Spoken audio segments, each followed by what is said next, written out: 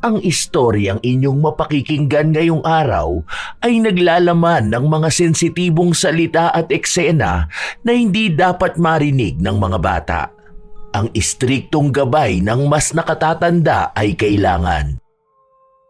Huwag ka na magkunwari na hindi mo alam. Di ba? Ang mga lalaki kapag hindi umuuwi sa mga asawa nila, may inuuwi ang ibang babae. Yung malalandi, kabit, kirida, mga mang-aagaw ng asawa. Bakit? May babae ba siya, madam? Nahuli mo ba siya? May babae siya. Alam ko at kilala ko. Ang kakapal nga ng mga mukha ng mga kabit, ano? Sa bagay, kapag nga naman malandi ka, wala ka na talagang hiya. Yung mga ganong klase ng babae, mga walang delikadesa. Ang mga kinakabit ng mga lalaki, mga walang class. Yung mga mabababang uri ng babae. Kasi ganun lang naman ang klase ng babae na pumapatol sa may asawa na. Minsan nga yung mga ganong klase ng babae nakakasama lang natin. Nakakausap natin. Minsan nga, kaharap na natin mismo. Pero walang kakaba-kaba sa kanila. Sanay na sila eh. Akala ata ng kabit ng asawa ko tanga ako. Hindi niya alam na nakikita ko lahat. Tahimik lang talaga ako. Ang dami naman sanang lalaki no? Kaso, nature na nila ang maging ahas. Nakakainsulto lang. Hindi karinderya yung babae ng asawa ko na bukas lang kahit kanino. Kundi pagpag. Yung bulok na sa basurahan, pinulot niya pa. Nakakasuka. Ito ang mga istorya ni Lola Telang.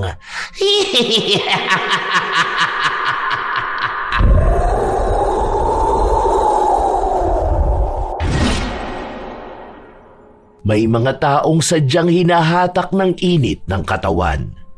Hindi kayang pigilan ang sariling pagnanasa.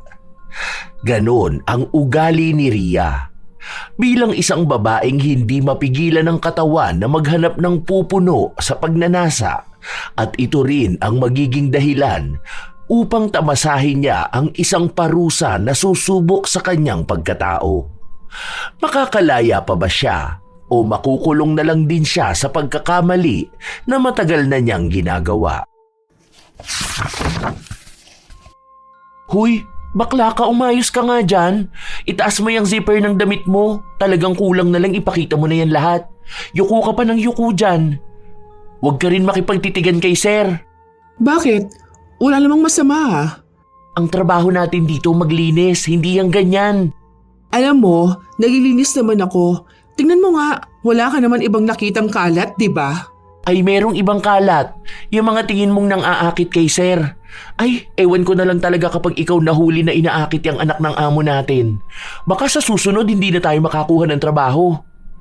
Hoy, saan ka pupunta? Ayan ka na naman, makikipagtagpo ka na naman kay sir sa likod bahay. Hindi ko pinakinggan ang kaibigan ko sa mga sinasabi niya dahil sumunod ako sa amo namin papunta sa likod ng bahay nila. Siyempre, habang naroon kami, merong nangyari sa amin. Wala naman yung problema sa akin dahil sanay ako sa kahit na anong posisyon. Basta ang mahalaga ay mailabas ko ang init ng katawan ko. Isang mapagpalang araw po, Lola Telang. Magpapakilala po ako bilang si Ria. Itong kwento ko po ay naganap dito lamang nakaraang taon. Bilang isang dalaga, sanay na sanay ako sa pakikipagniig sa iba't ibang lalaki. Minsan, nakikilala ko sa mga pinupuntahan ko. Basta kung saan ako abutan, doon ako bumibigay. Kilala ako sa lugar namin bilang babaeng pakawala. Yon ang madalas na tawag nila sa akin.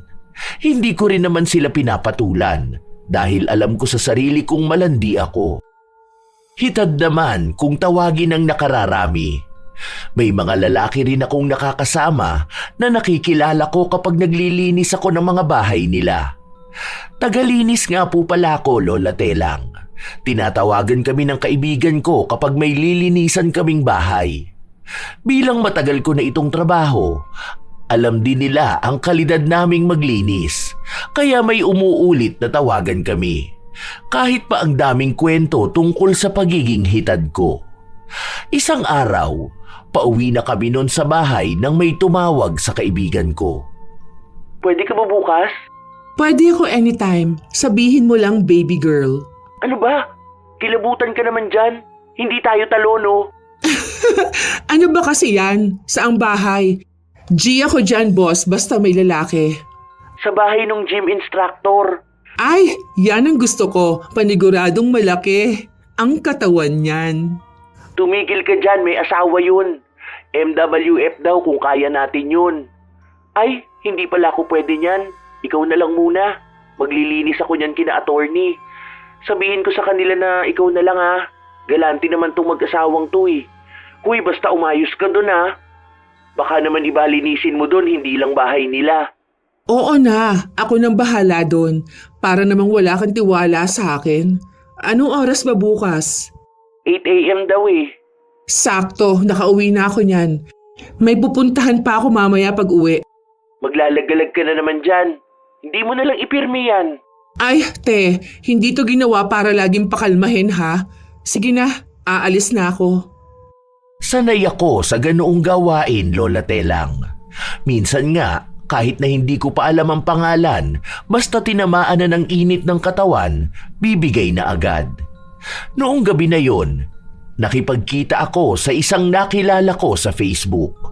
Siyempre, iisa lang din naman ang intensyon kung bakit kami magkikita. Kahit na sabihin niyang mag-uusap lang naman kami para magkakilala lalo, iisa lang din ang uuwian nun. Sa kama pa rin. Isa pa, wala naman akong balak na magkaroon ng nobyo. Ayokong matali sa iisang lalaki. Nagkaroon naman ako noon. Mga 2 beses na pero wala pa rin. Hindi pa rin naman nagtatagal. Saka kapag nalalaman nila kung anong ginagawa ko noon, sila na mismo ang umaayaw sa akin, kaya hindi ko na rin ipinipilit ang sarili ko. Hindi lang naman sila ang lalaking nakikilala ko. Kinabukasan, maaga akong nagpunta sa bahay ng tinutukoy ni Jobel. Ngayon lang ako maglilinis sa bahay nila. Dahil sabi ng kaibigan ko, may kasambahay sila noon at walang tiwala sa ibang tao. Magandang araw po. Ako po si Ria, yung maglilinis po rito sa inyo. Ah, ikaw yun? Ang bata mo pa pala. 27 po ako, ma'am. Virgin na virgin. Hindi siya kumibo. Tiningnan niya muna ako na para bang nag-aalangan siya. Duda pa ata siya sa suot ko. Paano? Nakasando lang ako at shorts. Mainit masyado ang panahon tapos maglilinis pa ako ng bahay nila. Papawisan lang ako kapag balot na balot ang suot ko. Lumingon pa siya sa likuran niya kung saan dumating ang isang lalaki. Yun yata ang asawa niya. Sige na, pumasok ka na. Sa susunod, huwag ka magsusuot ng ganyan. Kahit t-shirt at shorts pwede na. Pero huwag yung ganyan na halos maghubad ka na ha. Pasensya na po kayo, ma'am. Kapag ganun po kasi ang suot ko, hindi po makahinga sina Bobay at Botchi. Bobay at Botchi? Opo, ang aking boobsy. Ey! Tuwang-tuwa pa akong inalog ang dibdib ko na para bang ipinagmamalaki kong malalaki ang mga alaga ko. Napangiwi ang amo kong babae habang ang asawa naman niya ay natawa. Alam ko naman na hindi siya natuwa sa ginawa ko dahil hindi pa siya sanay sa ugali ko. Nagpatuloy akong maglinis ng bahay nila. Nakadalawang linggo na rin ako sa kanila. Pero kahit na ganun, parang hindi pa rin masaya ang amo kong babae. Pero wala siyang magawa dahil walang ibang tagalinis na pumupunta sa kanila. Isang araw, nasa kusina ako habang naglilinis, dumating ang lalaki kong amo. Ayos ah. Parang pwede ka na magsalamin dyan sa lamesa. Kuskus na kuskus ka eh. Siyempre, sir. Ganun talaga dapat. Walang naiiwan na bakas. Teka, ilang taon ka na nga ulit? 27, sir. Oh, hindi naman pala nagkakala yung edad nating dalawa eh. Huwag mo na akong tawagin na sir. Kahit Miguel na lang. 37 ako. Tapos si Mrs. 57. Ay, ang layo pala ng agwat, no? Sa bagay, wala naman sa edad yan. Sabi nga nila, Kapag nasa kama na, pantay-pantay na yan. Natatawa talaga ako sa mga tirada mo. Teka lang. Kailangan mo bang iisog yan lamesa? Andito naman ako. Bakit hindi ka nagpapatulong sa akin? Opo, inusog ko kasi nga hindi ako makagalaw na maayos. Babalik ko lang sa ayos. Huwag ka nang mag-opo sa akin. Isipin mo na lang na magtropa tayo, ganon. Ay, wala akong tropa na lalaki. Ibabanding namin kapag may tropa ako na lalaki. Masaya yatang bandingan yan kapag ganyan Nakakapanghina ata ng tuhod. Bata ka pa naman. Bakit hihina agad ang tuhod mo? Ilang oras ba kaya mong itagal kung sakali? Loko ka talaga. Hanggang saan ba itutulak tong mesa? Sagad mo. Sige, sagad mo para mas masarap. Oh yes, ganyan nga. Ayan, ayan, ayan na, sagad na sagad. Yon, sarap! Galing talaga sumagad. Buwisit ka.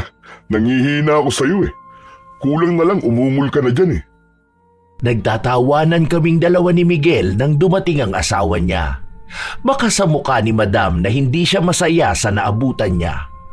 Hindi ko lang alam kung narinig niya ba ang biruan namin, pero malamang dinig niya dahil matalas ang pandinig niya kahit na may katandaan na siya. Sa totoo lang, hindi naman ganun kahalata sa kanya na nasa 50 na siya. Siguro dahil mayaman siya at may pang-ayos siya sa sarili niya. Lumipas pa ang ilan pang mga araw, naging magkasundo kami ng lalaki kong amo. Tuwing nasa bahay nila ako, wala kaming ibang ginawa kundi ang magkulitan. Hindi ko naman yun sinabi sa kaibigan ko, pero hindi ko alam kung paano nakaabot sa kanya. Baka mamaya niyan mahuli kayo ni Madam Victoria talaga ha? Ewan ko na lang kung hindi ka kalbuhin nun. Gaga ka.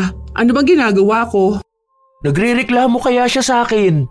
Nagtatanong kung wala na bang ibang pwedeng maging tagalinis. Gusto nga niya mas matanda raw. Sa wala naman akong kakilala. Yung iba naman ayaw kapag nalalaman na sa bahay nila. Aayaw talaga sila. Sobrang metikulosa ba naman niya pagdating sa mga kalat. Parang ang bawal may maiwan na alikabok. Saka, ano naman bang ginagawa ko doon? Naglilinis lang naman ako ng bahay niya, no? Baka kamo, naiinggit siya sa akin. Insecure. Kasi ako, batang-bata kung titignan, di ba? Sobrang masikip to, ante ko. Sakal talaga leeg dito. Baliw ka? May leeg ba yun?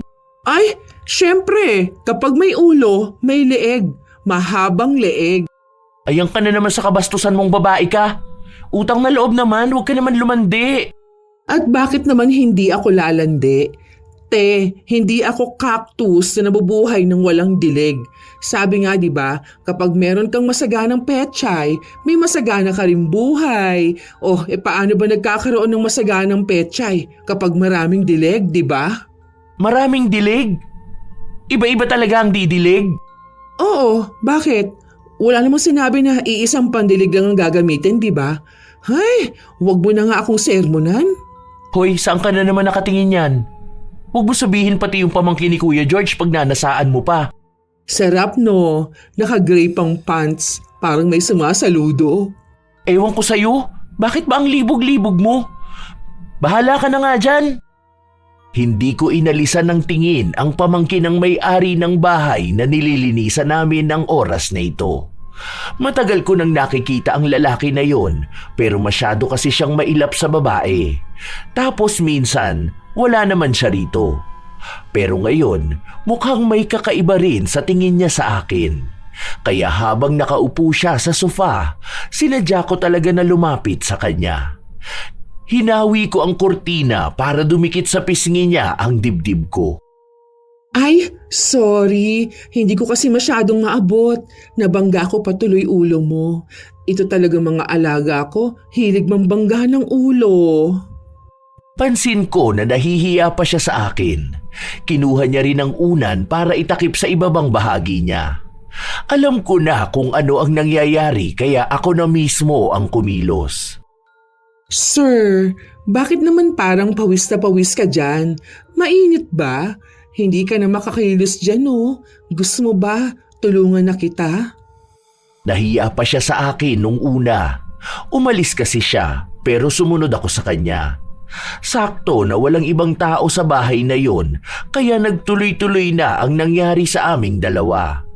May sarili siyang kwarto kaya hindi naging mahirap. Hindi rin naman ako maingay kaya walang nakapansin na may milagro na pala sa kwarto. Nang matapos kami, umalis na rin ako. Alam ko kasi na iniwan naman ako ni Jobel. Kapag hindi ako nakikita noon at tapos na ang trabaho, umuuwi na rin siya. Sa mga araw na lumipas, ganoon ang nangyayari. Paulit-ulit, iba-iba. Pinabalikan ko lang madalas yung nasasarapan ako. Isang araw, pagdating ko sa bahay ni na Madam Victoria, nakita kong paalis siya. Pwede ba ako makisuyo sa'yo? Andiyan ka na pala. Wala kasi si Aling Weng. Pwede bang ikaw na lang ang bumili sa palengke? Gulay sana. Okay po, ma'am. Pwede naman po, kahit na ako na po ang magluto. Dadagdagan ko na lang ang ibibigay ko sa'yo. Nagbigay siya ng pera pero hindi niya sinabi kung anong gulay ang bibilin ko. Kaya ako na lang ang namili. Nang makabili na ako, agad na rin akong bumalik sa bahay nila. Alam kong may sakit yung tagaluto nila ng pagkain kaya walang gagawa nun. Hindi kasi yun ang trabaho ko at labas na ako dun. Ako lang ang naglilinis pero marunong naman din akong magluto. Nang nasa kusina na ako, naroon na naman si Miguel at nakikipagkulitan sa akin. Tanong lang. May lahi ka ba, Ria? Iba kasi yung mata mo eh. Tapos, sobrang puti mo. Oo, meron. Yung nanay ko kasi, pokpokers yun noon. Puro pabembang sa mga foreigners. Kaya ayun, na-juntis. Italian ang tatay ko. Hindi ko naman nakita yun. Kaya pala ang ganda mo. Ang kinis mo at ang puti mo. Itong mga pimple marks lang talaga problema ko eh. Hindi na to madaan sa skincare. Di ba nga ang sabi nila, may skincare na kakaiba? Yung ano na pinapahid sa muka. Ay, alam mo yan ah. Ano, ganyan ba ang skincare ni Madam kaya batang-batang tingnan? Kada talsik, pahid-pahid na lang no? Sa mukha mo naman winiwisik eh. Kapag apaw na, gawin na lang face mask. Siyempre naman, sobra-sobrang vitamins to, no? Nice one. Ayos pala yan eh. Kapag bata pa talaga makatas pa ang pagmamahal. Nagtawanan kami habang nag-uusap. Mukhang napalakas pa nga ang hagalpak ni Miguel dahil sa mga pinagsasabi ko. Ilang sandali pa, dumating si Madam Victoria. Nakasimangot na naman ito. Magluluto ka na ba? Anong ulam ang lulutuin mo? Yung paborito niyo raw po, ma'am. Talong at itlog. Sakto po, ang laki ng talong na nabili ko. Teka, maganda bang talong yan? Ay, syempre naman ha. Ako pa ba magkakamali sa pagpili ng talong? Unang kapako pa lang, alam ko na kung masarap. Hindi naman ako pipili ng talong na lupaypay ano. Wow, parang expert talaga. Syempre naman, kahit madilim pa at nakapikit ako, makakapili pa rin ako ng magandang talong. Tingnan mo to. Ang laki na, hindi pa pabaliko. Pwede bang huwag niyong gawing malaswa ang pagkain? Magluto ka na lang dyan, Ria. Ikaw naman, akala ko ba may meeting ka? Mamaya pa namang hapon yun. Saka hinihintay ko pa confirmation nila kung tuloy kami. Nakikipag-usap lang naman ako kay Ria eh. Pwes gumawa ka ng ibang gagawin mo. Ang sabi mo nung nakaraan may iko-coach ka pa. Bakit hindi ka magpunta ng gym? Ito na nga, maliligo na ako. O sige Ria, dun na ako ah. Wait po ma'am ha. Nagsasaing pa lang din naman po ako. Ayoko niyan. Ibang ulam ang iluto mo. Gusto ko ng ampalaya na lang. Gusto mo muna ng kulubot, ma'am? Basta yun ang gusto ko. Ilang taon na kayo mag-asawa ni Sir Miguel, ma'am? 7 years, tapos 3 years na kasal. Bali, 30 siya nung naging kayo? Wow, taray naman ni Madam. Habulin ata ng bata. Hilig mo ba ang kiddie meal, ma'am? Sa bagay, sabi nga nila, mas malupit kapag bata. No? Matahiyog na, pang mahatagalan pa. Pwede ba, Ria? Sa susunod, ilugar mo ang sarili mo. Huwag kang magsasalita ng kung ano-anong kalaswaan, ha?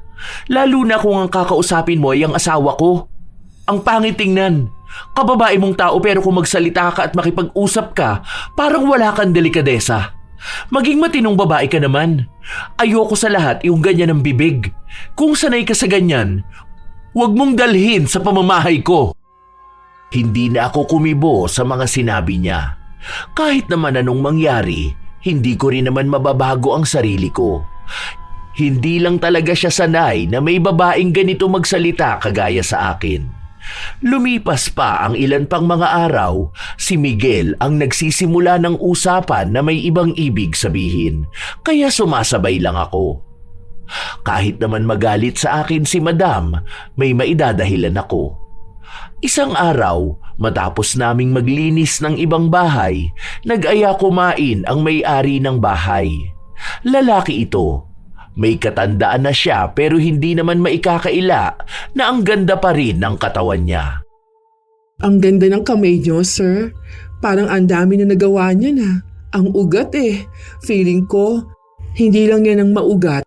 Ano ka ba? Ayan ka na naman. Marin po ang trabaho niyo noon. Galing niyo siguro sumisid. Hoy Ria, ano ba? Bakit? Ano bang sinabi ko? May masama ba sa magaling sumisid? Di ba? Ganun naman talaga yun kasi sa dagat siya. Ikaw kamo kung ano-ano na lang ang iniisip mo. Ang ayos kaya ng usapan. Natawa na lang ang may-ari ng bahay. Wala raw siyang asawa dahil hiniwalayan na siya nito ilang dekada na ang nakalipas. Kaya madalas na mag-isa lang siya sa bahay nila. Alam ko na kung ano ang ibig sabihin nun. Kaya nung umuwi na kami ni Jobel, bumalik ako sa bahay niya. Alam na ang ibig sabihin nun. May naganap na naman. Parang bawat sulok yata ng bahay niya naging saksi ng pinaggagawa namin. Grabe, parang bagong taon ngayon Ang daming putok nun. Lakas pa talaga ng mga marine. Parang humahawi ng dagat. Sige, balik na lang ako sa sunod. May pupuntahan pa ako Aalis pa ako mamayang gabi. May imimit pa ako. Basta ang alam ko lang, masaya ang nangyari sa akin ngayong araw pero may kulang pa rin. Magaling naman siya kung tutuusin pero may hanap pa rin ako na hindi ko maipaliwanag. Nung kinahapunan, may nagtawag ulit sa akin para magpalinis ng bakuran nila. 2 oras lang naman daw ang aabuti noon dahil kailangan lang maalis ang mga dahon na nagkalat sa kanilang bakuran dahil sa pinutol na puno. Baka meron kayo diyang mas malaki dito sa hawak ko, sir. Gusto ko yung malaki na pang 2 kamay ang hawak ko. Ang liit kasi nitong walis. Walang kadating-dating hawakan. Labas niyo na yung malaki dyan. Teka pala. Basta dahan-dahan ang paglabas para hindi ako mabigla. Ayun, may malaki naman talagang walis kasi. Gusto pa ako pagtiyagain sa maliit. Ayoko pa naman sa lahat yung maliit. Nagpatuloy ako sa paglilinis. Kinagabihan, nasa inuman na naman ako, kaya may tama pa ako ng alak nung pumunta ako sa bahay ni na Madam Victoria. Masakit pa ang ulo ko noon, pero dahil kailangan kong magtrabaho, nagpatuloy ako. Maya-maya pa noon, lumabas si Miguel. Umupo siya sa sofa habang hinihilot ang kanyang ulo. Masakit din ang ulo mo? Oo, grabe. Ang aga ko kasing nagising tapos hindi na ako makatulog. Bitin ang tulog ko.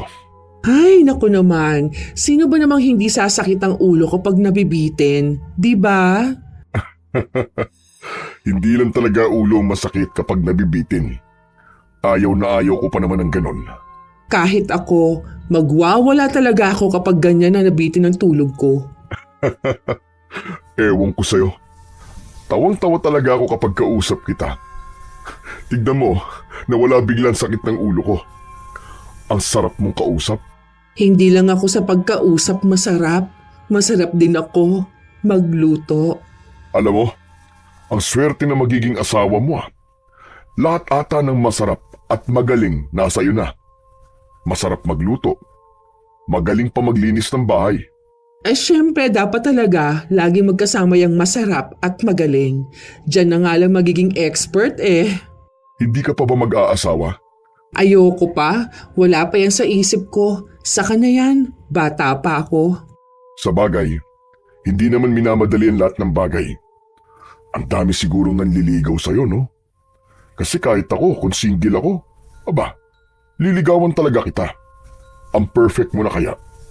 Ang ganda, ang sexy, ang kinis, at higit sa lahat, masarap. Kausap. Nako, baka hindi mo rin kayanin. Sabi mo, mabilis lang manginig yung tuhod mo. Baka hindi ka na makatayo nun. Baka kahit 2 hakbang sa hagdan, hindi mo na magawa. Aba. Ako talaga ang hinamon mo sa ganyan. Baka nanginginig ka na, di pa ako tumitigil. Huwag akong susubukan mo sa ganyang hamon. Nako, hindi ko pinaghirapan tong katawang kong to para manghina lang agad-agad, no? Wow, palaban ha? Sure na ba yan? Kaya niyang tumagal? Baka naman baby pa yan ha? Masabihan ko lang yan ng cute. Talagang hinahamon mo ako, no? Yari ka talaga sa akin. Ewan ko na lang kung makalakad ka kinabukasan. Natawa na lang ako sa naging usapan naming dalawa. Wala si Madam ngayong araw na ito kaya malaya kami sa loob ng bahay. Nagpatuloy ako sa paglilinis hanggang sa napunta ako sa banyo.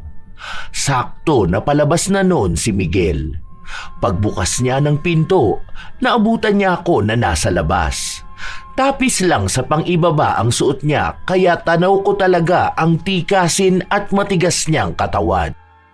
Hindi pa ako naglilinis ng banyo pero amoy Sunrox na. Namuti na agad ang pader. Tulong ko na lang yan sa'yo para mapaputi mo kaagad ang pader. Kaya pala ang tagal mo sa loob. Hindi ka ba nahirapan? Dapat nanghingi ka ng tulong. Tutulungan naman kita. Maglinis ng banyo. Naku, sayang pala. Kanina tinatawag kita, ayaw mo naman. Sa sunod na lang. Aalis pa ako eh. Marami pa namang susunod, di ba? Hindi ko na malayan na biglang dumating si Madam. Nalaman ko na lang yun nung tumingin sa likuran ko si Miguel. Anong marami pa namang susunod? Yun ba? Wala yun. Nagbibiruan lang kaming dalawa ni Ria. O sige, magbibihis na ako. Pupunta pa akong gym eh. Anong tinatayo-tayo mo dyan? Bakit hindi ka pa maglinis? Opo, ito na nga po, madam. Ang init naman po ng ulo nyo. Inihit ka ba ngayon, madam? Hindi siya kumibo. Inirapan niya lang ako. Alam ko naman na ganun ang ugali niya. Minsan nga, bigla na lang siyang nagmamaldita. Iniisip ko na lang na siguro ganun siya kasi matanda na siya. Imposible naman na dahil wala siyang dilig, ang bata naman ang asawa niya. Hanggang sa lumipas ang buong araw. Nung patapos na ako, kinausap ako ni Madam. Simula ngayon, 1 beses sa 1 linggo ka nalang maglilinis dito sa bahay. Tuwing Sabado na lang. Po? Sure po kayo dyan? Oo, hindi naman ganun karami ang bahay namin kaya wala kang ibang lilinisin. Depende na lang kung may nililinis kang bagay na hindi mo dapat nililinis. Pwede po ba yung lilinisin kahit hindi naman dapat linisin? Ang nagawa ko pa lang kasi, madam, yung malinis na dudumihan at kakalatan, yon ang gusto ko. Hindi ako nakikipagbiruan sa'yo.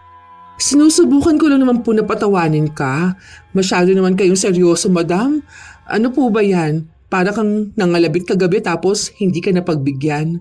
Kaya yung init ng ulo nyo napunta sa akin. Hindi ka ba marunong magpakadesenteng babae?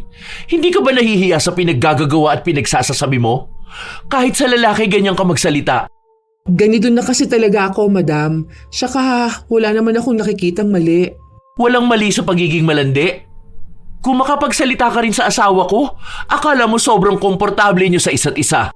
Nagbibiruan lang naman kaming dalawa, madam.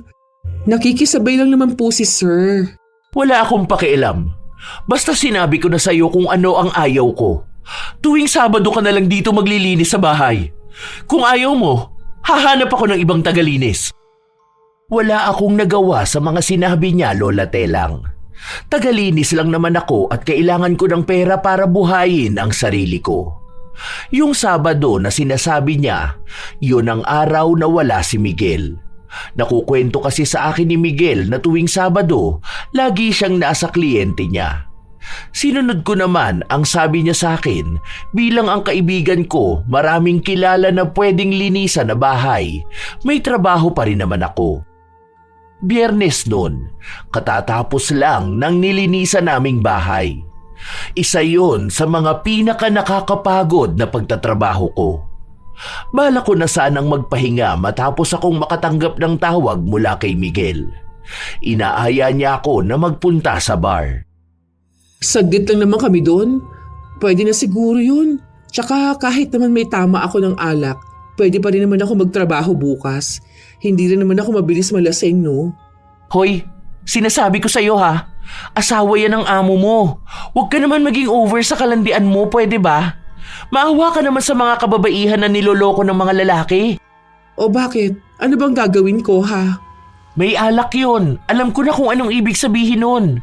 Sabi mo nga kapag may alak, may balak. Ante ko, kahit walang alak, kapag may balak, may mangyayari, ha? Hindi yan sa tama ng alak, sa tama ng libog yan. Kapag yung libido mo kumukulo, aba, kahit walang tama ang alak, talagang babalakin mo. Hay, ewan ko sa'yo. Bahala ka dyan sa buhay mo. Ikaw naman na makakarma sa pinaggagawa mong ganyan eh. Huwag ka lang talagang mabubuntes. Nako, mananahimik ka talaga. Nagmamadali siyang iwan ako. Siyempre, ako naman nagpunta na sa lugar kung saan kami magkikita ni Miguel. Libre naman niya lahat kaya walang problema. Pagpunta ko roon, ang dami na kaagad alak na nasa harapan niya. Mukhang nakakakalahati na rin siya. Wow! Sexy lady. Upo ka rito. Wala kaya tang ka-table na babae, ha? Bakit pa ako magte-table ng iba? Kung nandito naman na ang pinakamagandang babae. Ang bango mo, ha? Bakit ka ba naglalasing? Nag-away kayo ni Madam, ano? Hindi ka napagbigyan, no? Siguro, hindi na makaabot sa rurok yung alaga mo. Hina siguro niyan ngayon? Hindi na makatirik. Baka kaya laging mainit ang ulo ni Madam kasi araw na lang ang nakikita niyang tumitirik. Hoy, ikaw Huwag mo kong hinahamon, Baka pag pinatirik ko yung mata mo hindi na yan mapatirik ng iba. Ayun, ganyan dapat, lumalaban. Pengi nga ako ng iniinom mo. Lasing ka na yan mamaya Ano nangyari? Bakit hindi ka na naglilinis sa bahay? Bukas pa. Sabi ni Madam tuwing Sabado na lang daw ako maglilinis. Ewan ko sa kanya. Basta may trabaho ako, ayos na yon. May trabaho na, may lalaki pa. O, san ka pa, di ba? Oh, cheers! Matagal ang naging inuman namin ni Miguel. Panay kami tawa ng dalawa dahil sa mga berdeng biruan na madali niya rin namang nasasabayan.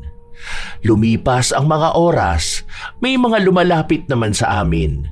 Dumating din yung 3 niyang barkadang lalaki. Ewan ko, basta ang alam ko lang, nagkainitan na, dulot na rin ang alak. Tinabihan ako ng isa sa mga barkada ni Miguel. Malaki rin ang katawan at panay ang hawak at dikit sa akin. Hindi ko naman pinigilan ang sarili ko dahil gusto ko rin naman. Dalawa sila ni Miguel na tumabi sa akin. Alam ko sa sarili kong hindi ko mapipigilan itong init na nararamdaman ko. Baka mabaliw lang din ako kapag hindi ko nailabas. Kaya bahala na. Kinabukasan, nagising na lang ako sa isang kwarto ng hotel. Mag-isa lang ako. Dahil anong oras na rin noon, nagbihis na ako. Umuwi muna ako ng bahay para magpalit ng damit.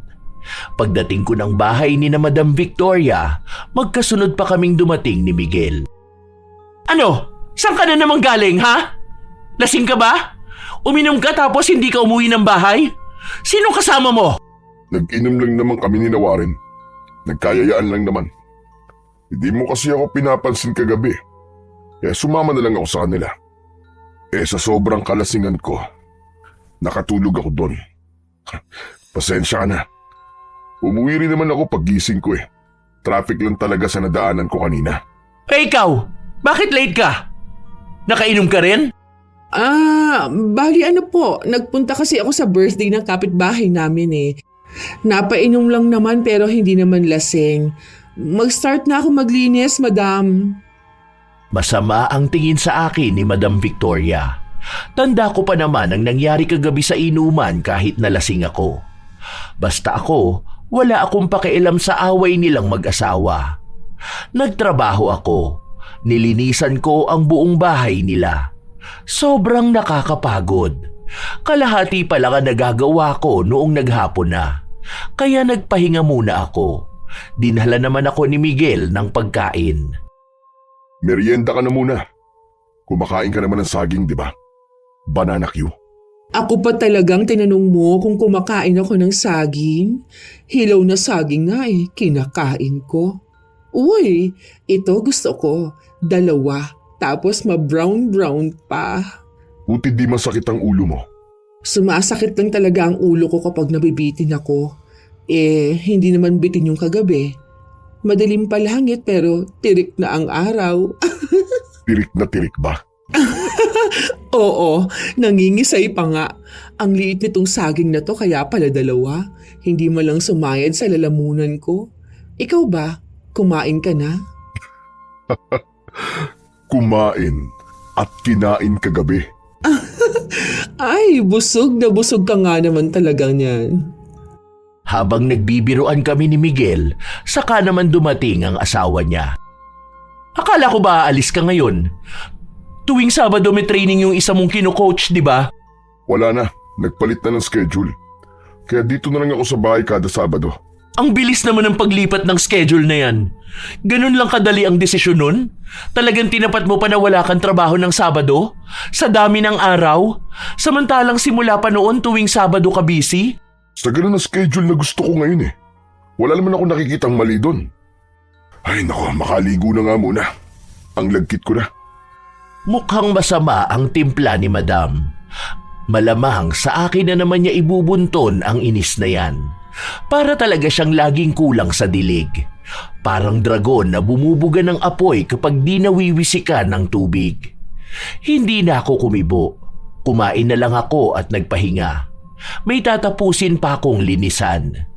Paalis na sana siya noong may napansin siya. Sa'yo yan? Yang bracelet na yan?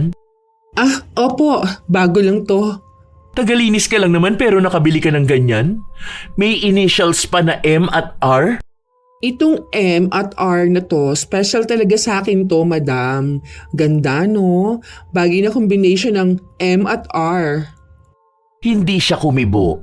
Nakatingin lang siya sa akin at sa kanya ibinaling ang tingin kay Miguel na nakatayo sa hindi kalayuan.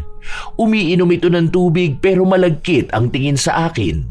Ako naman, may natural na lagkit ang tingin. Yun din ang nakita ni Madam na ginawa ko. Hindi na siya nagsalita pero ramdam ko na parang ang dami niyang gustong itanong sa akin o kaya ay sabihin. Buong araw siyang nakasimangot. Kapag kakausapin siya, para bang lagi na lang pagalit kung sumagot. Kaya hindi na ako lumalapit sa kanya. Kay Miguel na lang ako nagsasabi. Kahit na isang beses sa isang linggo lang kaming nag-uusap o nagkikita ni Miguel, mas lalo naman ding lumalalim ang ugnayan naming dalawa. Isang umaga, nagising ako na kumakatok sa pinto ang kaibigan ko. Bakit? Wala naman tayong linis ngayon, di ba?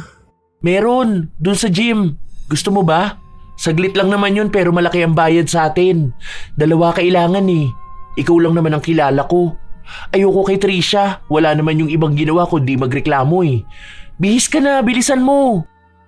Sige, sandali lang. Maganda maglinis doon, dami mo makikitang abs. Kaso madalas kasi sa mga mahilig sa gym, mga jutay, katawan ng pinapalaki doon. Pero sige, go ako dyan. Hindi ko akalain na ang gym na pupuntahan namin ay kung saan naroon din si Miguel. Nagkagulatan pa nga kaming dalawa nung nagkita kami. Walang gaanong tao pero ang kalat. Ang sabi sa amin, May inayos daw kasi at wala yung tagalinis talaga nila. Matapos naming maglinis, hinintay ako ni Miguel. Hindi siya agad umuwi sa kanila. Umuwi ka na lang talaga. Huwag mo nang anuhin yan si Sir. Anuhin? Bakit? Inaano ko ba siya? Kanina pa malagkit ang tingin yan sa'yo. Kilala kita. Alam ko na kapag may ganyan na lalaking naghihintay sa'yo, nako alam na ang susunod niyan. Ako na nagsasabi sa'yo ha, kapag talaga yan ang tinalo mo, sira talaga ang buhay mo. Lalo na kapag nalaman pa yan ni Madam Victoria. Kaya ngayon pa lang Ria, tigil na. Hindi ko siya pinakinggan dahil wala din naman akong ginagawang masama. Alam ko sa sarili ko yon. Habang nag-uusap kaming dalawa ni Miguel, umalis na si Jobel. Alam niyang kahit na anong sabihin niya sa akin, may sarili akong desisyon. Mas pipiliin ko kung ano ang gusto ko kaysa sa ano ang tingin nilang tama. Ilang araw pa ang lumipas, pinabalik na naman ako sa dating araw ng trabaho ko. Si Miguel ang nagsabi sa akin noon at alam kong pinagtalunan nila yon ni Madam Victoria.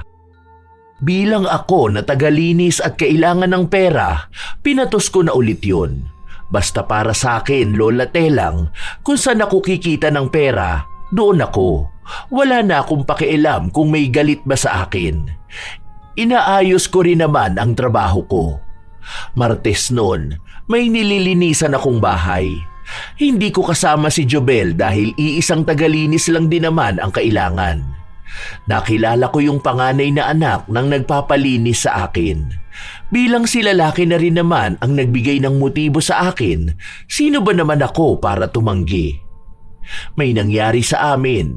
Doon pa talaga mismo sa kusina nila, habang ang mga magulang niya nasa sala lang. Mabilisan lang kung baga. Basta, tawagan mo lang ako kung kailan ka ulit pwede ha. Alam mo namang bahay ko, di ba? Ikaw na lang magpunta. Nakakabitin pero pwede na rin. Kinindatan ko pa siya bago ko humabol ng halik sa kanya. Mabuti na lang tapos na kami nung dumating ang isa pa niyang kapatid. Sa totoo lang, may nangyari na rin sa amin ang kapatid niyang yun. Siguro mga 3 beses na rin. Minsan kasi kapag talaga nagkakainitan na, kung sino ang una kong matawagan, siya ang pinapapunta ko sa bahay. Pero bihira lang yun. Kapag hanap na kasi ng katawan ko at ramdam kong kailangan ko na, umaalis ako para kumilala ng iba. Minsan kahit hindi ko alam ang pangalan nila. Sinasabi nga nila sa akin na mas mainam pa na magbenta na lang ako ng katawan kaysa naman ibigay ko ng libre. Pero para sa akin, hindi ko naman kailangan maging trabaho ito. May kinikita naman ako bilang tagalinis. Sadyang hilig ko lang. Hindi dulot ng pangangailangang pinansyal. Isang araw, habang abala ako sa paglilinis sa bahay ni na Miguel, napansin ko na nagtatalo silang mag-asawa. Padabog pa nga na umalis si Miguel. Hindi ako marunong magpatahan ng umiiyak. Sa kaaway nila yung dalawa. Bakit ko sila pakikialaman? Pero sinubukan ko pa rin na kausapin si Madam. Uminom muna kayo ng tubig, Madam. Mamaya rin po uuwi yun si Miguel. Miguel? Miguel lang ang tawag mo sa kanya? Si Sir Miguel po pala. Babalik din po yun mamaya. Alam mo ba kung anong pinag-awayan naming dalawa? Ikaw! Ha? Ako po? Bakit naman ako? Hindi ko alam kung ano bang nakita ng asawa ko sa'yo. Bakit ba ayaw kanyang umalis dito sa bahay para maglinis? Ikaw naman, Madam. Masyado ka naman palang selosa dyan. Baka naman gusto lang ako ni Sir Miguel na dito maglinis sa inyo kasi nga ang galing ko. Maglinis ng bahay. Tapos ang sabi niya pa kasi sa akin na ang sarap ko. Maging kaibigan. Nang iinis ka ba? Ha? Hindi ako natutuwa sa mga pinagsasasabi mong yan. Ang seryoso mo naman kasi, Madam. Dapat chill-chill ka lang palagi. Kapag ganyan talagang lagi kang nakabusangot, kukulubot yung mukha mo at tatanda ka. Ikaw rin, baka biglang maghanap ng bago si Sir Miguel. Mas bata, mas sariwa. Alam nyo, Kapag may mga ganyang edad na sa kanila, hanap niyan yung wild pagdating sa kama. Kadalasan nun mga bata-bata pa. Yung game na game sa lahat, kaya huwag ka palaging galit sa kanya, ma'am. Yung mga ganyan pa naman kay Sir Miguel, malakas ang dating sa mas bata sa kanya. Inirapan niya lang ako bago siya umalis. Siguro naging dagdag na lang ako sa iniisip niya. Nagpatuloy ako sa paglilinis ng bahay hanggang sa sumapit na ang hapon. Kaming dalawa pa rin ang nasa bahay, hindi na bumalik si Miguel. Pero kita ko na nag-chat siya sa akin. Nagtatanong kung pwede kaming magkita mamaya pagkatapos ng trabaho ko. Hindi ko pa sinasagot ang tanong niya dahil iniisip ko pa kung gusto kong lumabas. May katagpo kasi ako mamaya. Ilang sandali lang din, lumabas si Madam sa kwarto niya. Parang may gusto siyang sabihin sa akin pero hindi niya masimulan. Hindi naman ako nagtanong dahil hinayaan ko siyang magsimula. Madam, gusto niyo ba na paglutuan ko kayo? Hindi na. Hindi ako kakain. Sure? Baka naman mangyayat ka niyan. Baka wala kang lakas niyan mamayang gabi kapag bumira kayo ni Sir Miguel. Hindi yun uuwi. Kilala ko siya. Saan siya uuwi niyan, madam? Huwag ka na magkunwari na hindi mo alam. Di ba? Ang mga lalaki kapag hindi umuuwi sa mga asawa nila, may inuuwi ang ibang babae. Yung malalandi, kabit, kirida, mga mang-aagaw ng asawa. Bakit? May babae ba siya, madam? Nahuli mo ba siya? May babae siya. Alam ko at kilala ko. Ang kakapal nga ng mga mukha ng mga kabit, ano? Sa bagay, kapag nga naman malandi ka, wala ka na talagang hiya. Yung mga ganong klase ng babae, mga walang delikadesa. Ang mga kinakabit ng mga lalaki, mga walang class. Yung mga mabababang uri ng babae. Kasi ganun lang naman ang klase ng babae na pumapatol sa may asawa na. Minsan nga yung mga ganong klase ng babae nakakasama lang natin. Nakakausap natin. Minsan nga, kaharap na natin mismo. Pero walang kakaba-kaba sa kanila. Sanay na sila eh. Akala ata ng kabit ng asawa ko tanga ako. Hindi niya alam na nakikita ko lahat. Tahimik lang talaga ako. Ang dami naman sanang lalaki no? Kaso, nature na nila ang maging ahas. Nakakainsulto lang. Hindi karinderya yung babae ng asawa ko na bukas lang kahit kanino. Kundi pagpag. Yung bulok na sa basurahan, pinulot niya pa. Nakakasuka. Para namang ang lalim niyan, madam. May pinatatamaan ka ba? Depende kung may matatamaan. Di ba? Ang matatamaan lang naman yung nakaka-relate. O kung siya mismo ang gumagawa nun. Ang ganda talaga ng bracelet mo. Agaw pansin lagi ang M at R na initials. Ang mahal siguro niya, ano? Alam mo ba, yung asawa ko may binili ang mahal na bracelet. Hindi ko alam kung para ba sa akin o naibigay na niya sa ibang babae. Pero okay lang din yun kasi minsan yung asawa ko na yun mahilig sa charity. Mapagbigay sa mga dukha at salat sa buhay. Kaya mga kabit nun mahihirap. Pero kahit ganun, sa akin pa rin naman siya uuwi. Para usan lang ang mga babae niya. Umalis na rin siya agad matapos niyang sabihin ang mga salita na yon. Habang ako naman, nagpatuloy na sa huli kong ginagawa. Ilang araw pa ang lumipas, pansin kong may kakaibang kinikilos si Madam Victoria pero hindi ko nalang binibigyan ng pansin. Basta ang mahalaga sa akin, maayos ang pakikitungo sa akin ni Miguel. Maayos ako sa bahay nila kapag naroon siya. Isang beses pa, habang nasa likuran kami ng bahay, may inaayos ako na hirap ako. Mabuti na lamang dumating si Miguel. Sabi ko naman kasi sa'yo, diba? Kapag nahihirapan ka, sa akin ka lumapit. Tawagin mo lang ako. Ano bang gagawin dito? Ipasok mo lang dyan. Kaya mo ba yan? Masikip Virgin pa ata. Hindi pa gamit na gamit kaya hindi lumuluwag. Yan ang gusto ko. Kapag masikip. Ano ba to? Isasagad ko ba pagpasok nito? Oo, dahan-dahan lang baka masakit eh. Kapag hindi pa naman sanay, masakit yan. Hayaan mo. Sa una lang din naman masakit. Dapat pala may langis to. Para pasok na pasok agad. Pero ayos na yan. Kapag labas-pasok naman to luluwag din. Gamitin lang ng gamitin. Uy, expert talaga no. Kapag pasukan talaga kahit maliit na butas kitang-kita. Ayos talaga, walang palya. Unang tutok, pasok agad. Siyempre, kapag usapang butas, kayang pasukin yan. Ako pa ba? Sabi ko nga sa'yo kahit madilim yan at nakapikit ako, shooter to no? Kaya nga lodi kita eh. Tumatawa kaming dalawa habang papasok sa bahay. Naabutan kaming dalawa ni Madam. Nung mga oras na yon, pawis na pawis kaming dalawa ni Miguel.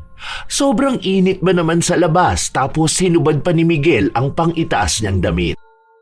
Alam ko naman na galit na noon si Madam Victoria pero hindi niya sinabi. Hindi niya kami inaway. Wala siyang kibo. Mukhang kinimkim niya ng sobra yon. Umuwi na rin naman ako matapos nun. Minsan nga hindi ko na alam kung sino ang susundin ko. Si Miguel gusto na magtrabaho ako sa kanila. Si Madam Victoria naman pinapatigil na ako. Pero bilang si Miguel naman ang nangungumbinsi sa akin, siya ang sinusunod ko. Magaan din naman kasi ang pakiramdam ko sa kanya. Isang umaga, nagising ako matapos na makaramdam ng kakaibang sakit sa mukha ko. Akala ko malaking tigyawat lang dahil sa puyat at sa alikabok, pero isang linggo ang lumipas na natili ang pagdami ng tigyawat ko. Hindi lang isa, kundi sandamakmak. Para bang wala nang paglagyan ng mukha ko. Umaabot na nga rin hanggang sa leeg ko. Buti sana kung maliliit lang, pero may nana. Ang pangit ko na ba? Nakakadiri no? Kasi yung kamit ko kagabi, bigla ba naman umuwi, tapos ayun, binlak akong bigla, nakakainis naman to. Huwag mo kasing putukin.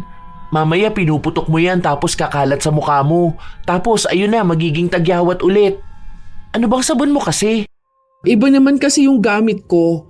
I mean, bukod siya sa sabon ko sa katawan ha, matagal ko na kayang gamit yun. Hindi naman ako nagkakaganito eh.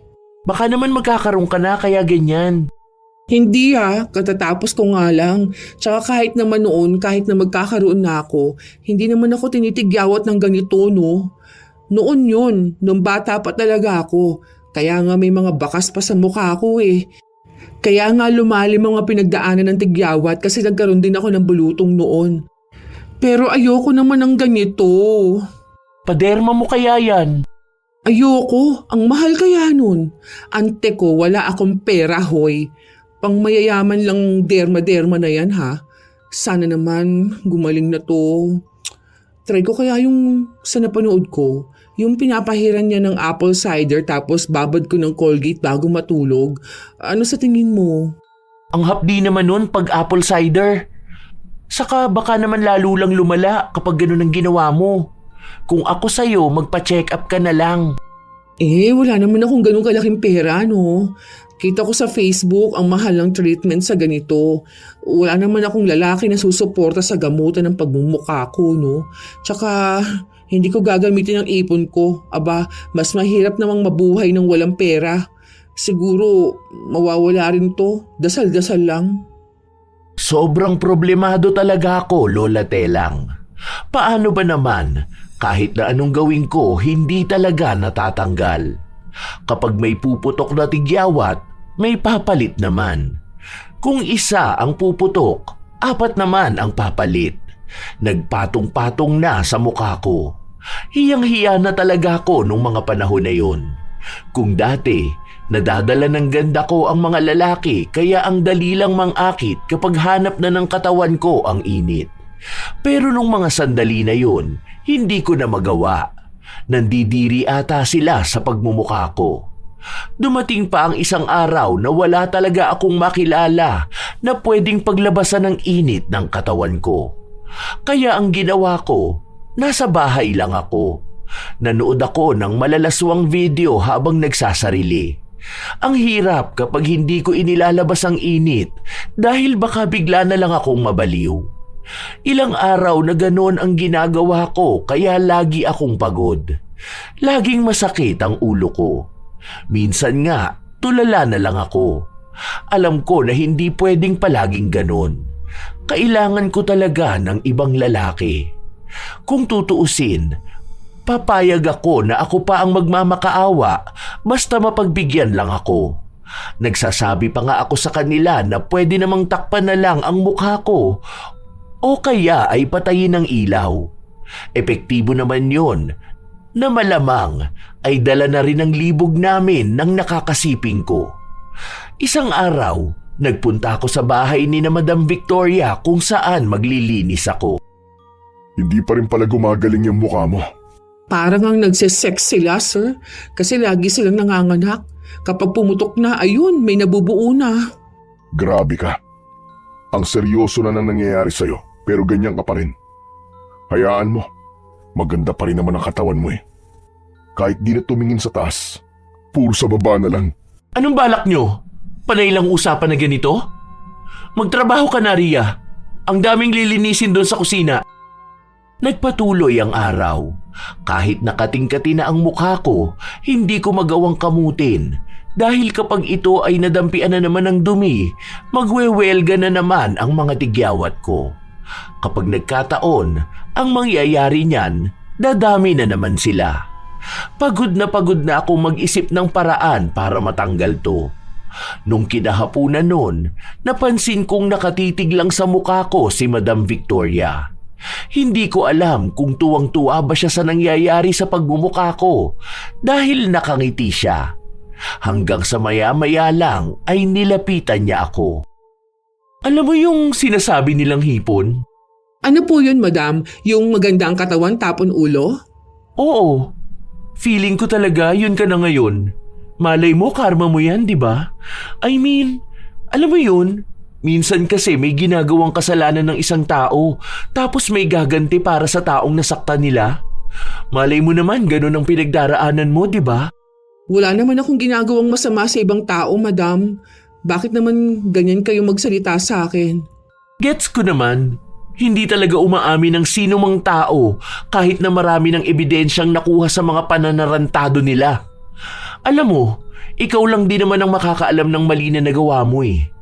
Ikaw pa rin naman. Bahala ka na lang sa buhay mo kung gusto mong itanggi ang kasalanan mo. Pero lalabas at lalabas din naman ang katotohanan. Katulad ng paglabas niyang nakakadiri mong tigyawat. Nakakapangit talaga yan sa isang babae. Di bale, sabi naman nila, daig ng malandi ang maganda. Hindi na ako kumibo sa sinabi sa akin ni Madam Victoria. Dahil alam ko sa sarili ko kung ano ang mali ko, pero hindi alam ng kahit na sino kung ano lang ang mali ko. Dahil minsan, kahit na hindi ko mali, sa akin nila isinisisi. Dahil lang sa hindi ko ipinagtanggol ang sarili ko, ang ibig sabihin na doon ay tinatanggap kong mali ko ang lahat. Hindi ko naman sinabi na banal ako dahil alam kong makasalanan akong tao, pero hindi ibig sabihin na lahat na ng kasalanan ay nasa akin. Ilang linggo ang lumipas, walang nangyayari sa pagmumukha ko. Nawalan na ako ng gana sa lahat. Sobrang hirap, Lola Telang. Mukha ang inihaharap ng tao, kaya kung mukha ang nagkaroon ng problema, talagang sobrang hirap. Nawalan na ako ng kumpiyansa sa sarili at nababaliw pa ako dahil sa paghahanap ng paglalabasan ng init ng katawan. Kung ano-ano na talaga ang tumatakbo sa utak ko, parang hindi ko nakontrolado ang lahat. Hanggang sa pinuntahan ako ng kaibigan ko sa bahay. Kasi di ba may nililinisan akong bahay. Ang sabi ng matandang babae, albularyo siya noon. Kaya niya raw malaman kung naengkanto ang isang tao. Pinakita ko nga yung picture mo sa kanya. Ang sabi niya, may kakaiba nga raw sa aura mo kahit na nung unang kita niya pa lang sa picture mo. Nagtatanong siya kung gusto mo na magpagamot sa kanya. Pwede raw bukas. Ano ba? Ano ba yan? May ganyan ba talaga? Totoo ba yung mga albularyo na ganyan? Hindi ako naniniwala sa ganyan eh. Hindi ka rin naman gumagaling sa pahid-pahid na gamot, di ba? Try mo lang, wala namang mawawala eh. Pwede naman na hindi mo sundin kung anong sasabihin niya, pero wala rin namang mawawala kung susundin mo. Hindi naman yun nagpapabayad ng ilang libo, no? Donation lang yun. Kahit nga 20 pesos, okay lang yun eh. Try mo lang. Baka mamaya may kakaiba dyan sa nangyayari sa mukha mo. Ilang beses pa akong kinumbinsi ng kaibigan ko bago ako napapayag na sumama sa kanya. May trabaho ako sa bahay ni na Madam Victoria nung araw na yon, pero hindi ako pumasok para magpunta doon sa sinasabi ni Jobel na albularyo. Pagpunta namin, iba na yung naramdaman ko. Ang lamig ng hangin. Tapos may ginawa yung matanda kasabay pa nun yung orasyon na binibigkas niya. Hindi ko pa nga siya maintindihan hanggang sa sinabi niya na may nagpapakulam sa akin. Nagpapakulam sa akin na babae? Sino naman yan? Baka naman babae ng isa sa mga lalaki mo. Mga naging lalaki mo. Uy, hindi ah. Imposible naman yun. Sabi niya nga, di ba, kilala ko rin na madalas kong nakikita. Hoy, hindi ako yun ah. Bakit naman kita sasamahan dito kung gusto ko lang din naman na makulam ka? Selos nga raw, di ba? Hindi naman kita pinagbintangan. Dahil lang sa selos kaya nagkaganito ako. Ay, ano ba naman yan? Wala naman akong ibang ginagawa. Malandi ako, oo. Pero kung selosan naman yan, labas na ako dyan. Hindi mo yan masasabi. Ano ka ba? Sa dami ba naman ng lalaki na nakikilala mo tapos nakakasex mo pa? Hindi mo alam baka may jowa pala yung mga yun. Yun ang isipin mo habang nagpapatulong tayo kung paano ba mawawala yung kulam na yan sa'yo. Tapos, try mo na rin ipagamot sa albularyo yung pagiging makati mo. Tanga, hindi ito kaya ng albularyo. Hindi naman to dahil sa mangkukulam kaya ako malandi at malibog, no? Itong sa mukha kong problema ko. Ilang beses kong inisip kung anong ibig sabihin ng albularyo, Lola Telang. Kasi naman, wala naman akong ibang babae na madalas kong nakakasalamuha. Si Jobel lang naman yun, pero alam kong totoo yung sinabi niya na hindi niya ako ipapakulam. Kung yung iba naman, ang madalas na nakakasalamuha ko ay mga matatanda. Alangan namang magselos pa sila sa akin. At ang isa pa, si Madam Veronica. Nung mga panahon na yun, bigla ko na lang naisip kung paano ba makitungo sa akin si Madam na halata talagang may galit siya sa akin. Baka nga nagseselos siya dahil masyado kaming malapit ni Miguel. Simula nun, hindi na natahimik ang utak ko. Sinubukan kong kausapin si Madam Victoria pero hindi ko magawa dahil madalas na abala siya o kaya ay nangunguna na ang galit niya. Hindi siya matino kausap. Malaki kasi ang naging pag-aaway nila ni Miguel na talagang tuwing naroon ako, nagsisigawan silang dalawa. Pero dumating din ang araw na kinausap niya ako. Aalisin na kita sa trabaho na to. Kahit pa sabihin ni Miguel na pumunta ka rito, wag na wag kang papasok sa pamamahay ko. Madam, may nagawa po ba ako sa inyo? Huwag ka na maglaro ng inosente-inosentehan. Hindi bagay sa'yo. Lalo ka lang nagmumukhang tanga. Alam ko na yan. Alam ko na kung anong pinaggagawa mo. Hindi ako tanga. Alam ko kung anong ugnayan yun ng asawa ko. Oo, alam ko na ikaw ang kabit niya. Ang dami kong ebidensya. Lahat yun, tugma sa yung malandi ka. Po, hindi ako kabit. Hindi ko pinatulan si Miguel. Wala namang kahit na anong namamagitan sa aming dalawa. Kita mo na yan? Tinawag mo siyang Miguel. Huwag mo na akong tarantaduhin. Oo, alam ko na yan na hindi talaga umaamin ng kabit na kabit siya. Kahit na ang lalaking manloloko, hindi aamin na manloloko sila. Kahit na meron naman ng ebidensya at huling-huli na sila. Kaya tigilan mo na ang asawa ko. Kasal kami ni Miguel. Masaya kaming dalawa bago ka dumating sa buhay namin. Bahay lang ang pinapalinis ko sa'yo pero anong ginawa mo? Nilandi mo ang asawa ko. Napakakatimong babae ka! Ang landi-landi mo! Opo, totoo na malandi ako. Alam ko na makati akong babae. Na pamigay, na pokpok. Ano pa ba? Totoo lahat yun. Inaamin ko kung sino-sinong lalaki na lang ang pinapatulan ko. Pero iisa lang ang alam ko. Never akong pumatol sa lalaking may asawa na. Malandi ako, pero hindi ako kabet. Ugali kong magpakangkang kahit saan, kahit kanino, pero hindi ang manira ng pamilya at relasyon ng iba. Sige, sabihin mo na lahat ng klase na malandi, pero kaya kong panindigan na hindi ako kabet. Talagang ipinagtanggol mo pa ang sarili mo, no? Sayang wala rito si Miguel na ipagtatanggol ka sa akin. Alam mo ba na ikaw nang ikaw ang pinag-aawayan namin? Dahil palagi kanyang ipinagtatanggol. Pero alam ko na ikaw lang naman ang babaeng makapalang mukha na umahas ng asawa ng iba. Ikaw lang yon dahil halata sa'yo na sobrang katimong babae. Kaya ba pinakulam mo ko? Kung ano man ang nangyayari sa'yo ngayon, tama lang yan. Malandi ka, di ba? Ginagamit mo yung mukha mo at katawan mo para manira ng relasyon ng iba. Aba, dapat lang na mawala yan sa'yo. Lahat dapat mawala sa'yo, hindi lang yung ganda mo.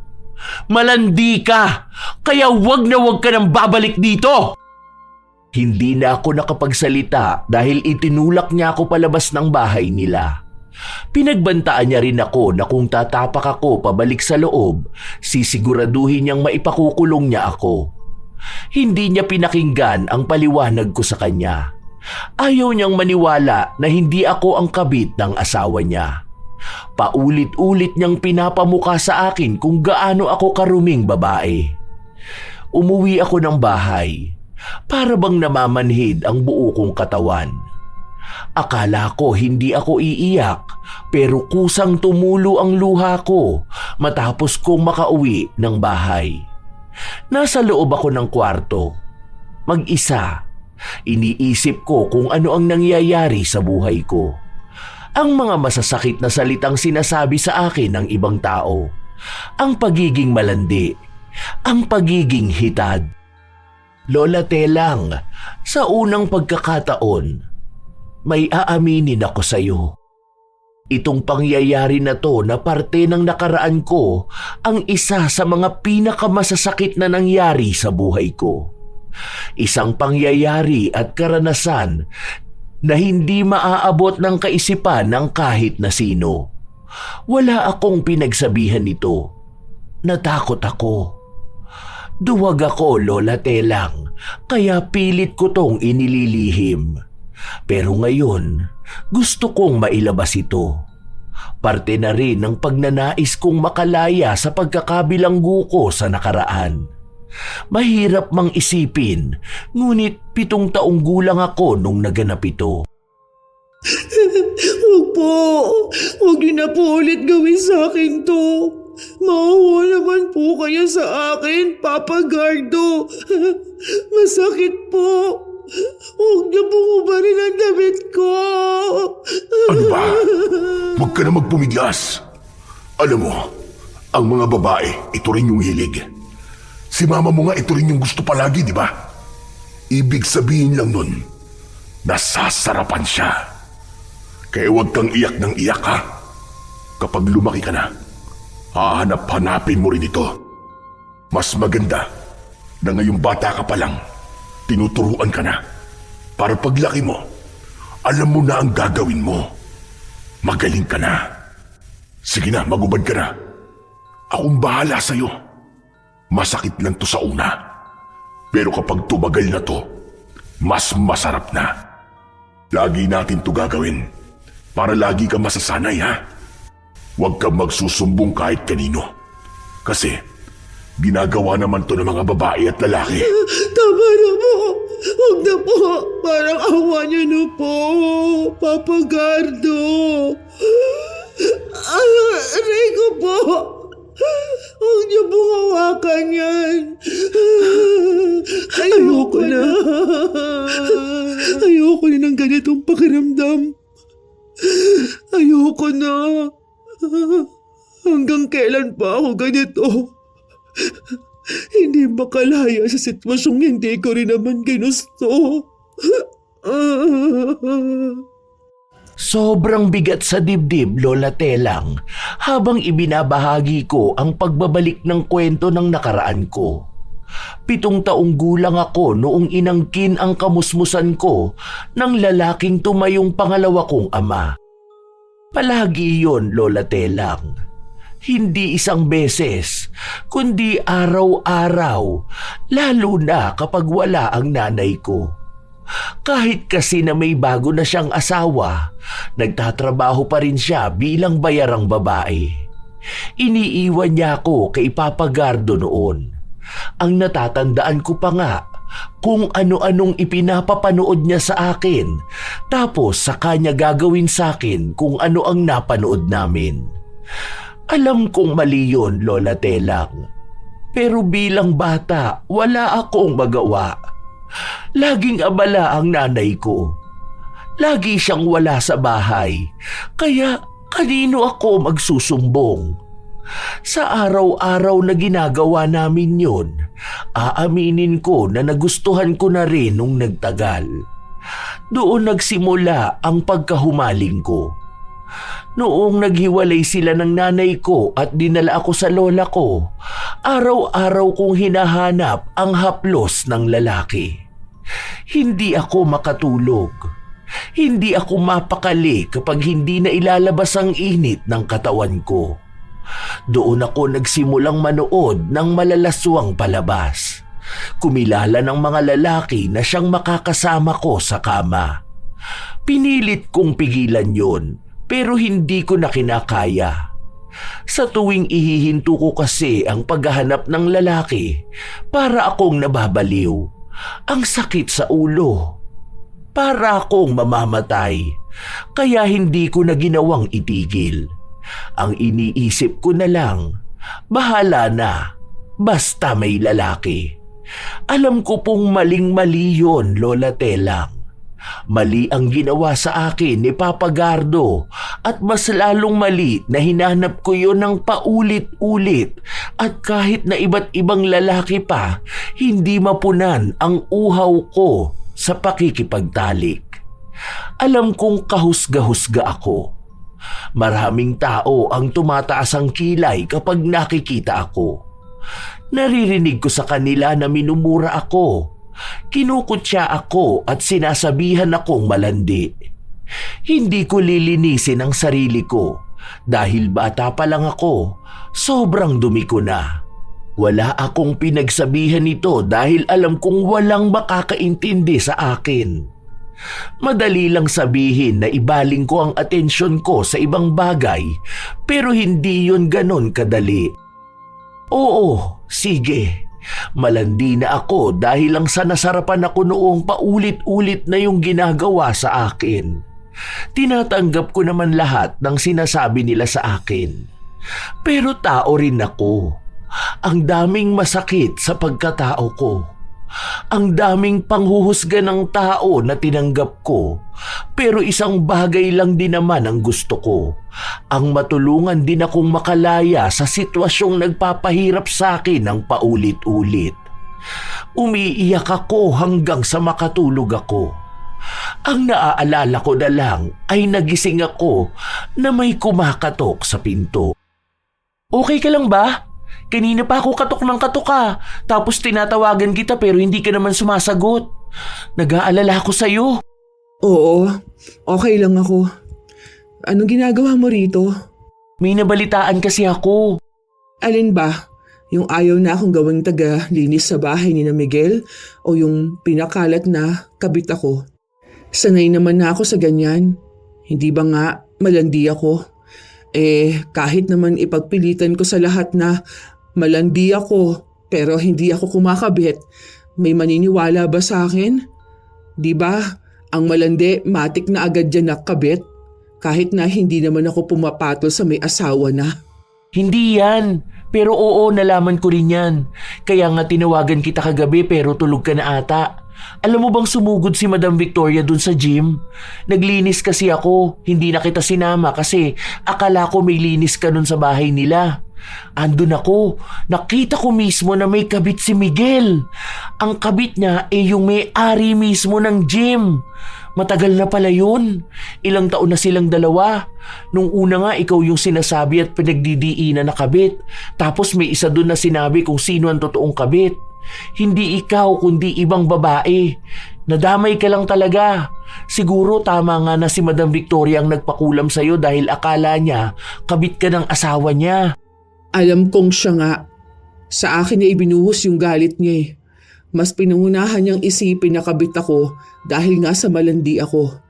Ipinagtanggol ko naman ang sarili ko. Pinagpilitan na hindi ako kabit pero sarili niya ang pinakikinggan niya.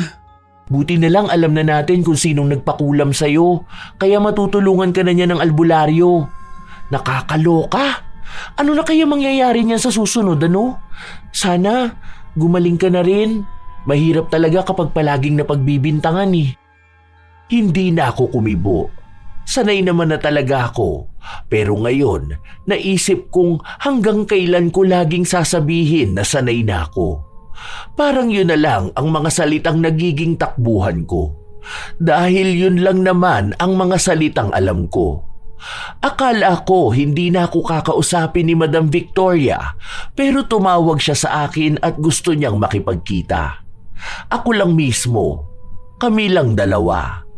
Hindi naman ako nagdalawang isip na siputin siya sa lugar na sinabi niya.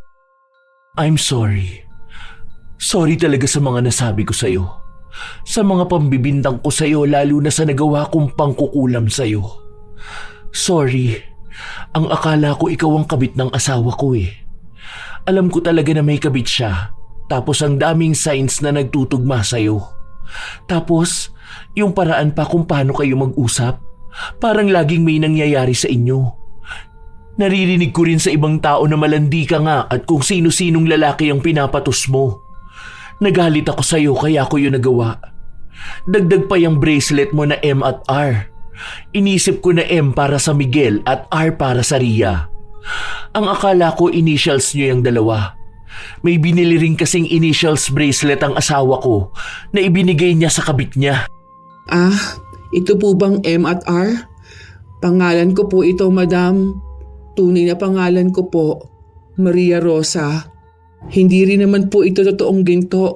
Nabili ko lang din to dyan sa gilid ng mall, yung matandadong babae na gumagawa ng ganito. Saka, totoo yung sinabi nila na malandi ako. Marami na talaga akong naging lalaki. Mahirap na yun bilangin, pero kahit na ganun, totoo ang sinabi kong never akong naging kabit. Malandi lang talaga ako. Minsan na rin akong inaya ni Miguel, lalo na nung lasing na lasing kaming dalawa pero hindi po ako pumayag. Nung araw na magkasunod kami umuwi at lasing, hindi ko alam kung saan siya nagpunta matapos ang inuman namin. Dahil ako, sumama ako doon sa tropa niya. Kaya pwede niyong itawag sa akin ang lahat ng klase ng malandi. Hindi ko yan itatanggi dahil hindi ko kayo mapipigilang husgahan ako.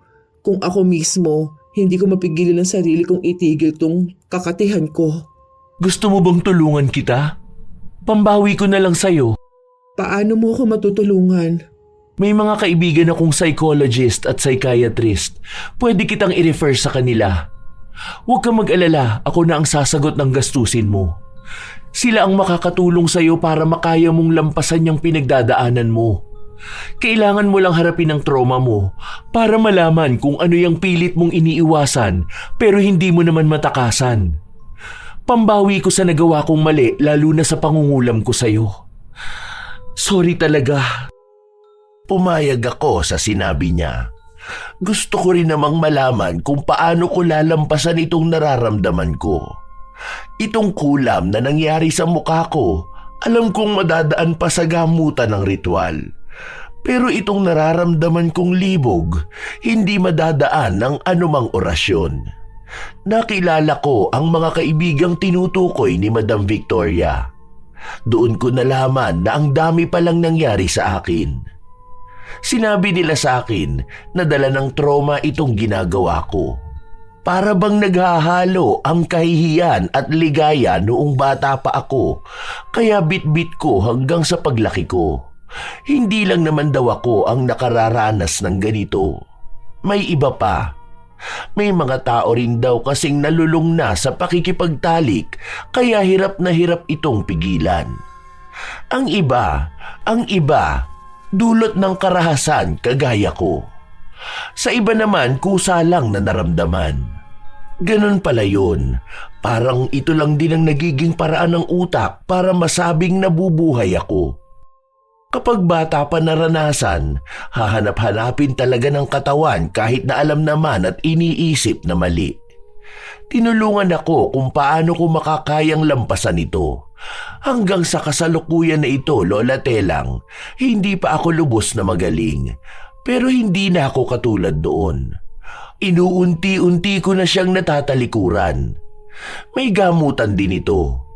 May iniinom ako pero madalas pinapabago sa akin kung ano na ang nakasanayan ko. Hindi yun isang biglaan dahil hindi raw kakayanin ng katawan ko. Naadik na kasi ako sa pakikipagtalik kaya ibig lang sabihin nun bibigay ang katawan ko kung bigla kong itinigil. Sa totoo lang, mas magaan na ang buhay ko ngayon kaysa noon. Yung kulam na nangyari sa mukha ko, medyo maayos na rin siya ngayon. May mga bakas pang naiwan pero ang sabi ng albularyo, magiging maayos din ang itsura ko. Hindi ko lang alam kung taon ba ang aabuti ng paghilom na to. Itong gamutan at pagbabago ko sa sarili ko, sinasabayan ko ng pananampalataya. Humihingi ako ng gabay para lang makaya ko ito. Gusto ko na talagang makalaya, lalo na sa mapait kong nakaraan. Nagkabalikan pala sina Madam Victoria at Miguel, pero lumipat sila ng ibang bansa. Kahit na ganon, tinutulungan pa rin ako ni Madam Victoria, lalo na kapag kailangan ko ng pera sa gamutan ko. Sana lang dumating na ang araw na matigil na ako sa paghahanap ng init sa kahit na sino. Matuto akong makontrol ito para sa panibagong simula. Madali kasing magbigay ng pangalan sa isang tao. Malandi, makasalanan, masama, hitad. Madali ang magturo at magmataas kapag tayo ang nasa ligtas na lugar. Pero walang malinis sa atin. Lahat tayo ay tao na nagkakaroon ng pagkakasala. Hindi naman ibig sabihin ito ay hinahayaang gawing tama ang mali. Hindi rin sinasabing puruhin at purihin ang taong naliligaw. Pero bago tayo magbato, dapat muna nating itanong kung ano kaya ang bigat na dinadala ng isang tao. Ano ang sugat niya na hindi nakikita ng mata? May mga taong nagkamali dahil pinili nila. Pero may mga taong napunta sa mali dahil yun lang ang mundo na ibinigay sa kanila. Kung hindi natin alam kung ano ang pinagdaanan nila, bakit napakadali sa ating magpasya tungkol sa kanila? Mas madali ang manghusga kaysa tumulong. Mas madali ang manira kaysa makinig. Pero walang lumalago sa lupa ng panlalait. Ang tao ay mas natutuwid kapag may liwanag, hindi kapag puro dilim ang binibigay. Kung talagang gusto nating makita ang pagbabago, mas mabisa ang kamay na umaakay kaysa sa daliring nakaturo. Mas kailangan ng isang tao ang direksyon, hindi sermon. Mas kailangan nila ang pag-asa, hindi pangungutya. Hindi naman natin kailangang yakapin ang lahat. Hindi kailangang ipagtanggol ang mali. Pero sapat na minsan ang tahimik na pag-unawa, ang hindi pagdagdag ng pasanin, ang hindi pagkalat ng salita, ang hindi pagdurog sa taong hirap na ngang tumindig. Dahil sa huli, tayo-tayo rin ang magkakapatid sa buhay na ito. Lahat tayo ay may sugat, may kahinaan, may pagkakamali. Lahat tayo may panahon na tayo ang nasa ilalim. Umaasa na sana may kahit isang taong hindi agad humusga. Ang bawat tao ay may laban na hindi natin nakikita at hindi natin alam kung gaano kahirap ang giyera sa loob nila. Pero hindi rin ibig sabihin na yun ang pinagdadaanan, kailangan na ring tanggapin ang puro mali. matuto ring bumangon at iangat ang sarili laban sa bigat ng pagkakasala. Mga apo, naway may magandang aral na naibahagi ang kwento ni Ria, na bawat pangyayari ay may kwento pero hindi ibig sabihin na dapat manatili na lamang doon. Kung nais mong makalaya, gumawa ka ng paraan para makalaya. Kung kayo rin ay may komento at opinyon, maaari nyo rin niyang ibahagi upang aming mabasa. Ito ang inyong Lola Telang at maraming salamat sa pakikinig nyo, mga mahal kong apo.